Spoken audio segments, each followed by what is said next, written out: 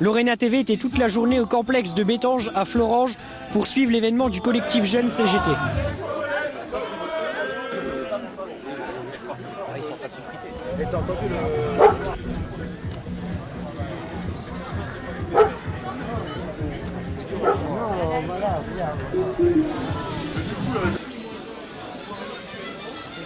Cette journée. La symbolique, en fait, c'est, on a envie de dire, c'est la fête du travail, mais pour nous, du travail, on n'en a plus. Donc c'est plutôt la fête du travailleur, en l'occurrence pour le combat qu'on mène depuis 24 mois sur le site de Florange. Bien évidemment, on a ouvert tout ça dans l'état d'esprit de converger les luttes, parce qu'on est bien conscient d'une chose, c'est que chacun se bat un peu dans son coin et qu'on a une solution qui est devant nous, qui est sous le nez, qui est de créer le rapport de force via cette convergence des luttes. On est conscient aujourd'hui qu'on est mal épaulé politiquement, que c'est réellement le rapport de force qui permettra d'inverser les tendances, la vapeur, et changer la boîte à outils et le cap de France.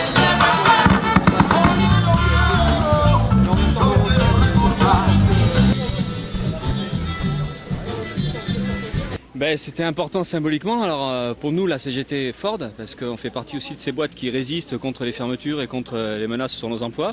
Et là, on trouvait très important symboliquement de se retrouver ici, parce que les harceleurs, on sait bien avec leur lutte médiatique où ils en sont, que c'est très dur, et eux, ils veulent rien lâcher. Donc symboliquement, voilà, c'était pour nous important d'être avec eux, parce que l'idée finalement, c'est que pour que ça change un jour, pour qu'on arrête de perdre à tour de rôle, chacun dans son coin, c'est qu'on soit tous ensemble. Donc le fait de se retrouver aujourd'hui avec les Fralib, avec les Petroplus, les PSA et puis les harceleurs, ça permet de discuter de ça, de se dire voilà comment on pourra demain résister ensemble, mais en attendant au moins de se rencontrer, de discuter, de se coordonner, parce que la bataille elle va être dure et en tout cas nous on sait qu'il faudra compter que sur nos propres forces. Il y a le vote ouvrier qui ne sait plus trop où se diriger.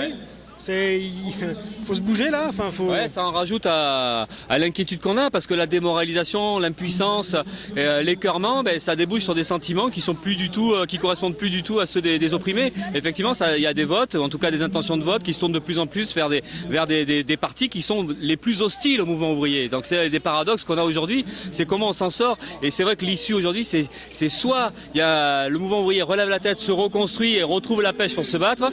Et là, on arrivera à inverser, à empêcher que ce soit l'extrême droite qu'on profite. Mais ça passera par la révolte, ça passera par la bataille dans la rue, mais au nom de la solidarité, au nom de la solidarité même internationale des travailleurs. Parce que voilà, il y a aussi cette idée-là, c'est que les peuples entiers doivent se battre ensemble, solidaires avec les Grecs, solidaires avec les Espagnols, solidaires avec les ouvriers belges, avec les ouvriers anglais. Il faut qu'on arrive à faire ça. Et c'est vrai que l'enjeu, il dépasse un pays. C'est comment on combat la crise à l'échelle internationale. Et ça sera la solidarité des peuples.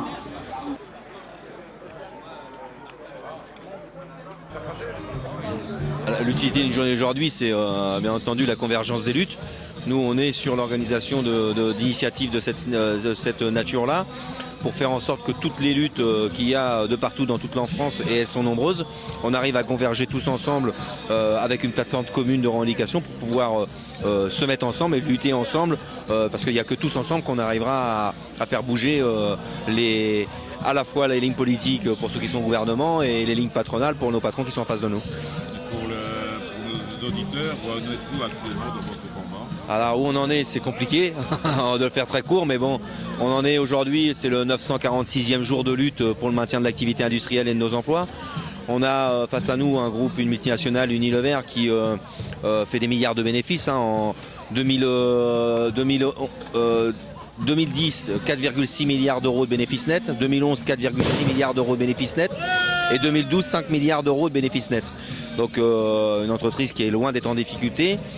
On a fait annuler 3 plans sociaux, le dernier en date en février 2013 de cette année, annulation par la Cour d'appel d'Aix du 3e plan social, et qui annule la totalité des licenciements. Les 182 salariés ont vu leur licenciement annulé.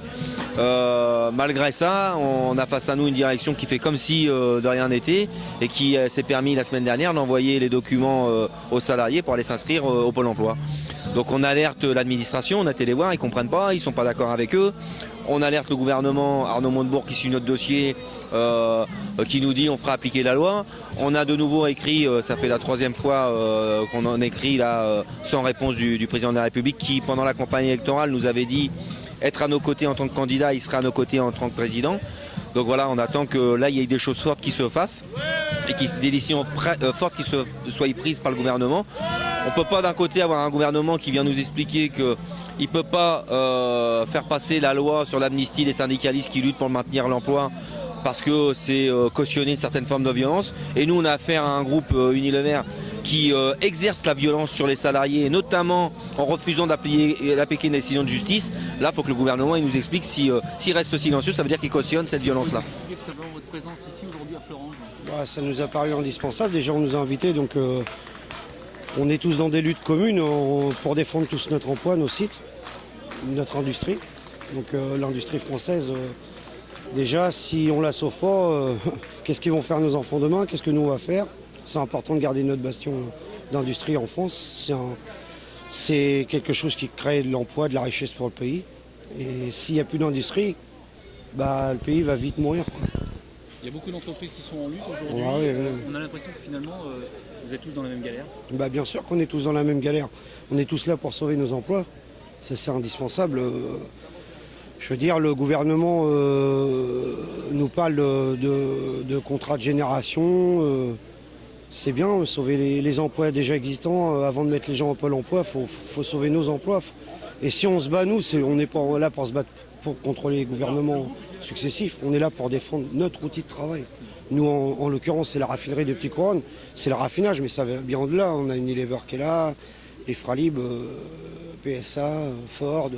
Ici, nous sommes sur le site d'Arcelor. Donc voilà, c'est les hauts fourneaux. C'est tout des pans complets de l'industrie qui s'en vont. C'est énorme.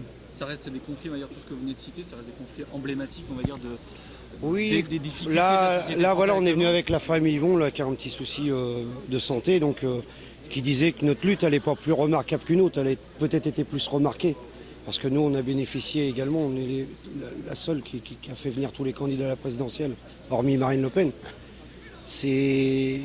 On a surfé, comme on dirait les gens, sur la vague médiatique. Bien sûr, on a fait appel à tous les candidats à la présidentielle parce que notre combat, il est pas symbolique. Il est symbolique dans le sens où on défend tous notre emploi, c'est notre gagne-pain. C'est notre vie sociale. On aime notre outil de travail. Demain, on n'a pas envie d'aller retravailler. Et nous, au-delà de là où on n'est pas d'accord, c'est qu'on importe des produits raffinés hors de nos frontières. Là où il n'y a aucune norme environnementale, sociale, c'est du dumping total. Les gens sont payés à coups de lance-pierre, voire c'est une tuerie, quoi. Et nous, en France, on est là pour se battre, pour préserver notre outil de travail.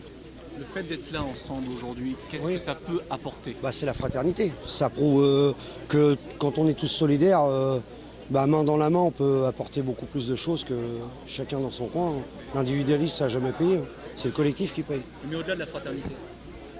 Au-delà, c'est montrer, peut-être par les médias interposés, que voilà, il peut y avoir une convergence des luttes et que c'est important et qu'on est tous là pour la même chose. Si on est là aujourd'hui, c'est pourquoi? Pour défendre notre emploi, notre outil de travail. C'est tout. C'est pas plus compliqué que ça. Si demain on avait tous notre outil de travail, nous on reste debout, on restera toujours debout et on lâche rien, quoi. C'est hors de question. C'est hors de question. On n'a pas envie que Christian qui est là, Eric, Christian, on veut garder nos emplois. Nous on veut pas aller au Pôle emploi, même être payé avec nos salaires. On a envie de travailler, se lever le matin. C'est une raison d'être. Quand on a des enfants, c'est un modèle. On est un modèle social. Être payé chez soi, ça ressemble à rien du tout. Justement, cette convergence des luttes peut déboucher sur quoi? Parce que c'est vrai que toutes les entreprises qui sont là, on s'aperçoit que finalement c'est les mêmes, on va dire, les mêmes problématiques avec des emplois qui sont cassés et il n'y a pas forcément de solution. Eh oui, mais on a des dirigeants politiques qui sont là pour ça. Je veux dire, c'est quoi? C'est créer un rapport de force? Oui, quelque part, bien sûr que c'est créer un rapport de force, mais je veux dire, à un moment donné, on ne peut pas faire la sourde oreille, dire qu'on veut sauver l'emploi et rien faire, quoi. On parlait de nationaliser. Quand on entend M. Montebourg qui est venu chez nous et qui nous a dit qu'on fera le champagne et les merguez, et moi, tous les jours, je suis délégué du personnel, j'ai des amis, c'est ma famille là-bas. Voilà, c'est ma seconde famille. J'ai des collègues qui viennent vous pleurer tous les jours dans vos bras. Ça peine, quoi. C'est horrible. Et savoir qu'on est tous ensemble et que maintenant on va être tous séparés. Nous, on veut que notre raffinerie, je parle là en l'occurrence de la raffinerie, mais c'est fort, c'est tout le monde, on a besoin de tout le monde. C'est notre pays qui est en jeu. C'est notre pays. C'est pas Petit Couronne, ou Arcelor ici à Florange, ou les Fralib, ou les Ford à Bordeaux. Enfin, c'est bien au-delà de là. C'est notre pays qu'on se bat pour notre pays. C'est tout. C'est pas plus compliqué que ça.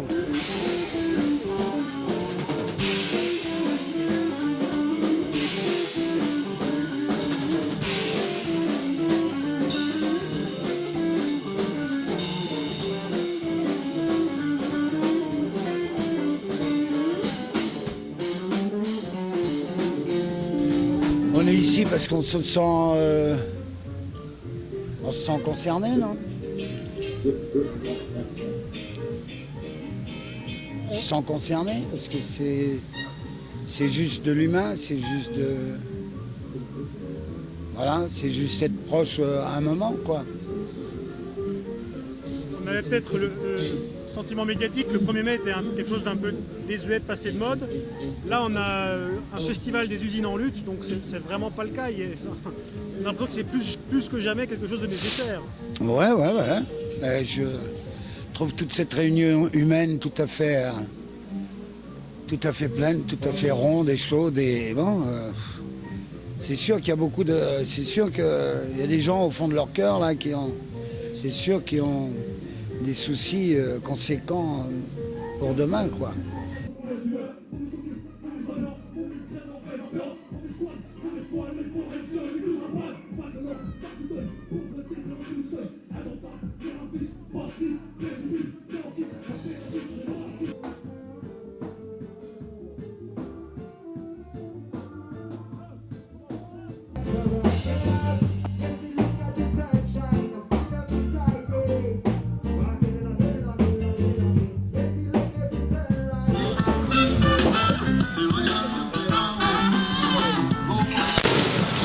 Ça détend, ça fait du bien, ça fait plaisir. C'est tout, hein. Que pensez-vous d'une journée comme ça? C'est super. Parce que mon papa était métallo, mon homme était un ancien métallo, il travaillait à Florange, alors j'adore la lutte. Et moi je suis à fond pour le soutien des métallos. Et mon ami Mika, il travaille toujours à Florange, donc métallo, quel est votre métier? Merci.